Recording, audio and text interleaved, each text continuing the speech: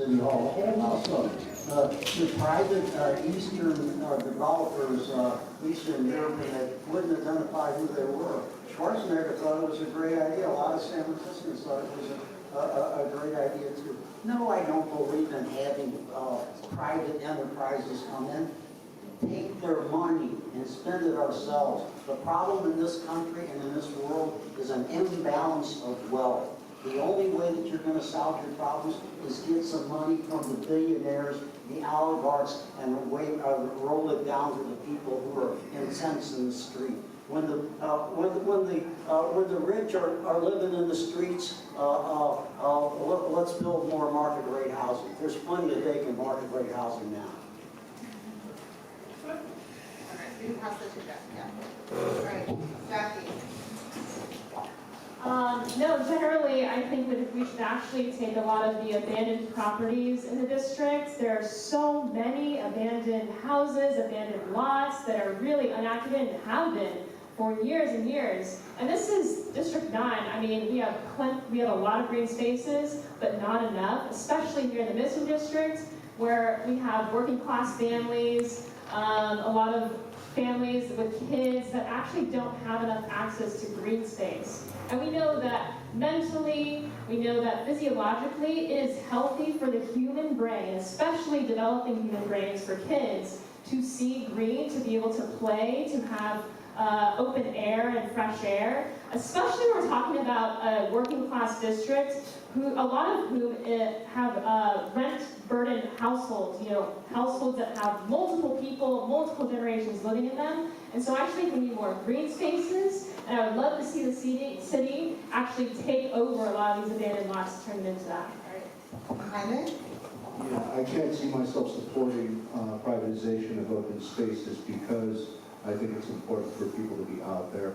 San Francisco has more dogs than kids in it.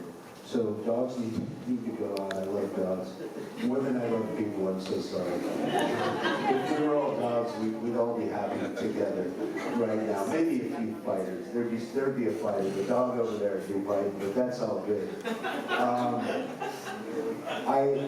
I don't think that privatization would be good for open spaces in San Francisco. It is a big city. It's a world-class city, but it's very, very scenic. So these places, these peaks, these places where people can sit and reflect are very, very healthy, and we need that. We need that for our self and our actualization. Thank you.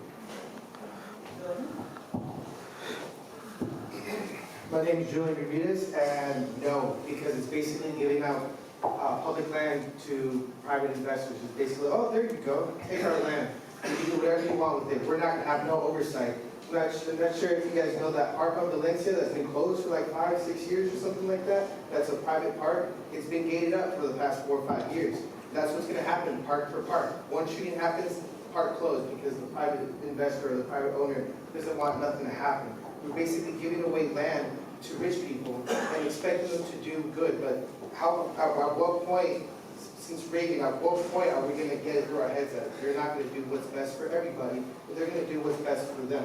The amount of, we have Roberta right next to us. With public land, we're able to do great things with Carnival and other great things here in the Mission District because we have public uses of land. We could expand our use of the 24th Street Park Plaza if we put more money into it. Public land will help us build a better community. Thank you. Roberto. Absolutely not. We organized the community when we didn't have a gym here in the neighborhood. And we got Mission Recreation Center built on Harrison Street. We didn't have enough parks, and we organized the community, and we were able to get Botanical Park built. We fought and fought and fought for the parks and all the open spaces that we have in the community. How the hell are we going to turn these over to private companies? Let me tell you, we were at Botanical Park last year, and we were barbecuing. And all of a sudden, some guy in uniform came and said, "Where's your permit?" And I said, "Permit for what?" And he said, "Oh, you need a permit to barbecue." I